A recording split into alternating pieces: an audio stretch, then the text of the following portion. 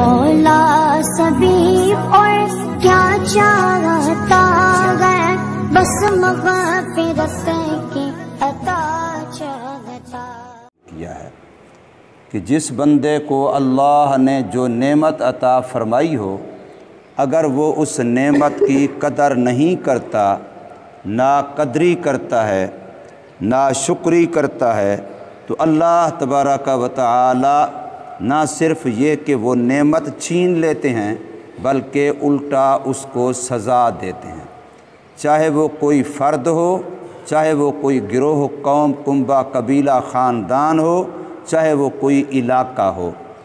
جس کو بھی جو نعمت ملی اس نعمت کی قدر دانی کرنا یہ ضروری ہے۔ اگر نعمت کی ناقدری کریں گے، قدردانی نہیں کریں گے، تو اول تو یہ کہ اللہ پاک وہ نعمت واپس لے لیں گے، اور دوسرا یہ کہ پھر اس پر ناقدری، ناشکری کی سزا بھی ہوگی۔ اب یہ جو میں نے عرض کیا ہے، اس میں ہم لوگ سوچیں کہ مثلا مجھے اللہ نے صحت دی ہے، کیا یہ تھوڑی نعمت ہے؟ تو میں اگر صحت والی نعمت کی قدر نہیں کروں گا تو اللہ یہ نعمت چھین لے گا۔ اللہ نے مجھے اولاد دی ہے، اللہ نے مجھے اپنا گھر دیا ہے، اللہ نے مجھے اپنا کاروبار، رزق حلال کا ذریعہ دیا ہے، اگر میں اس کی قدر نہیں کروں گا تو اللہ تبارک و تعالی یہ نعمت اپنی واپس لے لیں گے۔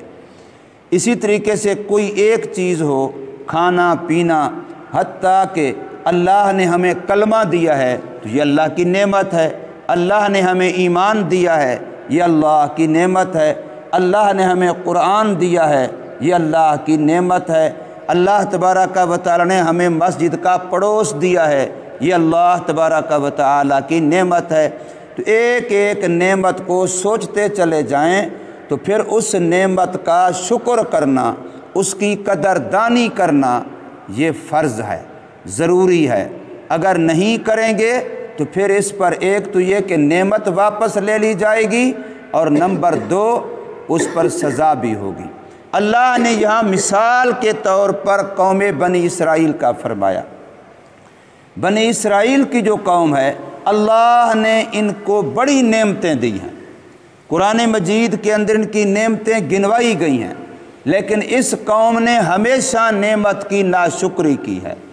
نتیجہ یہ نکلا کہ یہ مغضوب علیہم ٹھہرے، ان پر خدا کا غضب ہوا، خدا کا قہر ہوا، اللہ تبارک و تعالی کی ان پر ناراضگی ہوئی ہے۔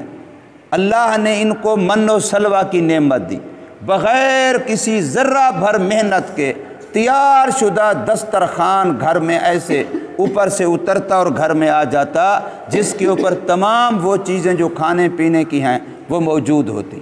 ایک روپیہ خرچ نہیں کیا، کوئی لحظہ وقت خرچ نہیں کیا، نہ پکانے کی فکر، نہ جمع کرنے کی فکر، نہ سنبھالنے کی فکر، بس کھانے کا وقت ہوا تو دسترخوان تیار شدہ آ گیا۔ آج ہم بٹیروں کو ترستے ہیں اور ان کے سامنے بٹیرے بھونے تلے ہوئے سامنے آ جاتے ہیں۔ بٹیرا اس وقت کا بڑا مہنگا آئٹم ہے، ان کے پاس بنے بنائے تیار شدہ پکے پکائے سامنے آ جاتے، لیکن اس نعمت کی انہوں نے ناقدری کی، اس نعمت کی انہوں نے ناشکری کی، تو ناقدری اور ناشکری کا وبال یہ ہوا کہ اللہ پاک نے وہ نعمت بھی واپس لے لی، اور پھر کھیتی باڑی کے کام پہ لگایا کہ اب کھیتی باڑی کرو، زمین میں ہل چلاؤ، زمین میں پانی لگاؤ، زمین میں بجائی کرو، پھر وہاں فصل ہوگی، وہاں سبزیاں ہوں گی، وہاں اناج دانے ہوں گے، پھر وہ استعمال کرنا۔ اسی طریقے سے اللہ تبارک و تعالی نے ان کو پانی کے اندر، دریا کے اندر خشک راستے دے دیے۔ جہاں فرعون ڈوب گیا، باوجود اپنی حکومت، سلطنت، وزیروں، مشیروں کے، ساری طاقت، جاہ و جلال کے، جس پانی میں ان کے سامنے وہ غوطے کھا کھا کے مر گیا ہے، اسی پانی سے اللہ نے ان کو ایسے راستے دیے کہ کسی ایک کا ایک پاؤں بھی گھیلا نہیں ہوا، لیکن انہوں نے اس نعمت کی بھی ناقدری کی، ناشکری کی کہ فوراً وہ بچھڑے کی پوجا کرنے لگ گئے، सामरी के चक्कर में आ गए,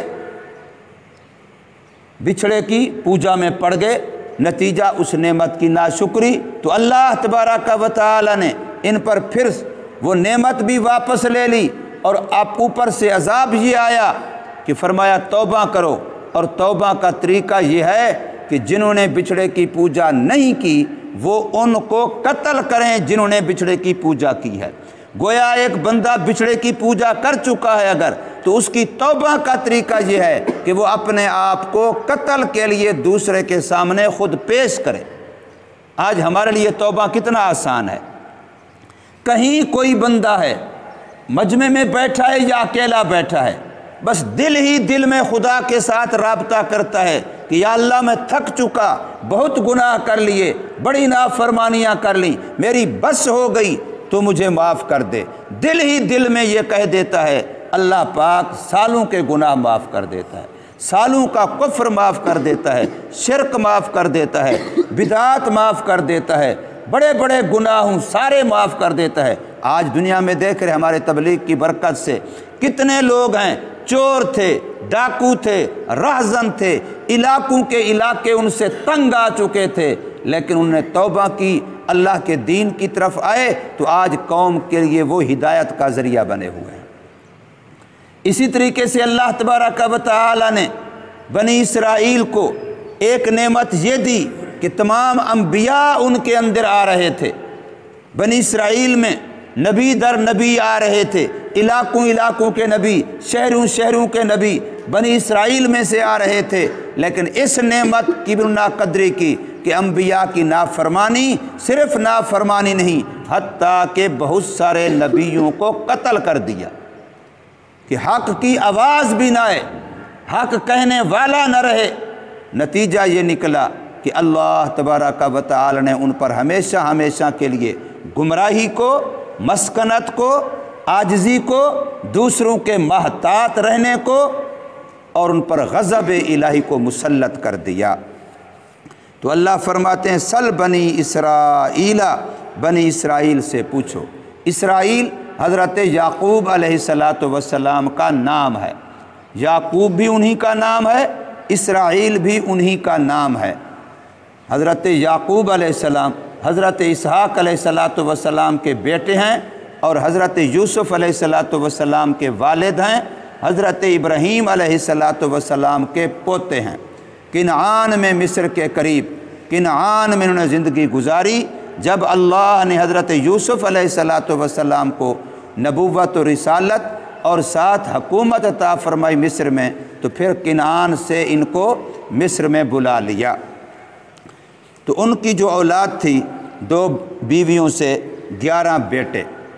तो फरमाया सल बनी इसराइला, पूछ लीजिए बनी इसराइल से, कम आतैनाहुम, कितनी यानी बहुत ज़्यादा दी हमने उनको, मिन आयतिन बय्यना, वाज़े निशानियाँ।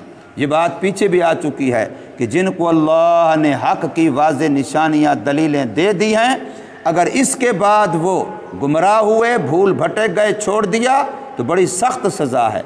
अल्लाह ने हमें ईमान दिया है, कलमा दिया है, कुरान दिया है, शरीयत दी है, मुहम्मद सल्लल्लाहु अलैहि वसल्लम का उम्मती बनाया है, अल्लाह ने काबतुल्लाह, रोज़ा रसूलुल्लाह ऐसी नेमतें अता फरमाई हैं।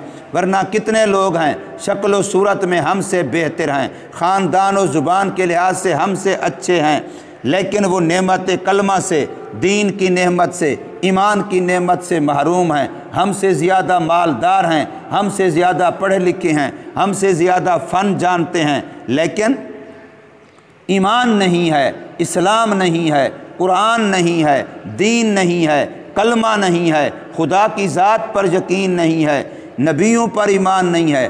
तो हमें अल्लाह ने कितनी अपने दीन की हक़ की वाज़े निशानियाँ अता फरमाई हैं। और फरमाया वमन युबद्दिल नेमत अल्लाह, जो शख्स तब्दील करता है अल्लाह की नेमत को बाद उसके कि आ चुकी वो उसके पास। अल्लाह का दीन आ चुका, अब लोग आज के दौर में दीन को तब्दील कर देंगे, दीन का मसला बदल देंगे, खुद नहीं बदलना। कुरान को बदलो, दीन को बदलो, शरीयत को बदलो, उसको खींच तान करके अपने मकसद के मुताबिक बनाओ। اپنے تابع بنو۔ حالانکہ حق یہ تھا کہ ہم نے شریعت کے تابع ہونا ہے، ہم نے اپنے آپ کو بدلنا ہے، اپنے رواجات کو بدلو، اپنے رسومات کو بدلو، اپنے طور طریقوں کو بدلو، اپنی خوشی غمی کے موقع پر جو ہمارے رواجات ہیں ان کو بدلو، جو شریعت کہتی ہے وہ کرو، جو سنت کہتی ہے وہ کرو، پھر اللہ کی رحمت کے حقدار بن جاؤ گے۔ فَإِنَّ اللَّهَ شَدِيدُ الْعِقَابِ، پس بے شک اللہ سخت سزا دینے والا ہے ان لوگوں کو جو اللہ کی نعمتوں کی ناقدری کرتے ہیں۔ اللہ تبارک و تعالی ہمیں سمجھ نصیب فرمائے، عمل کی توفیق دے۔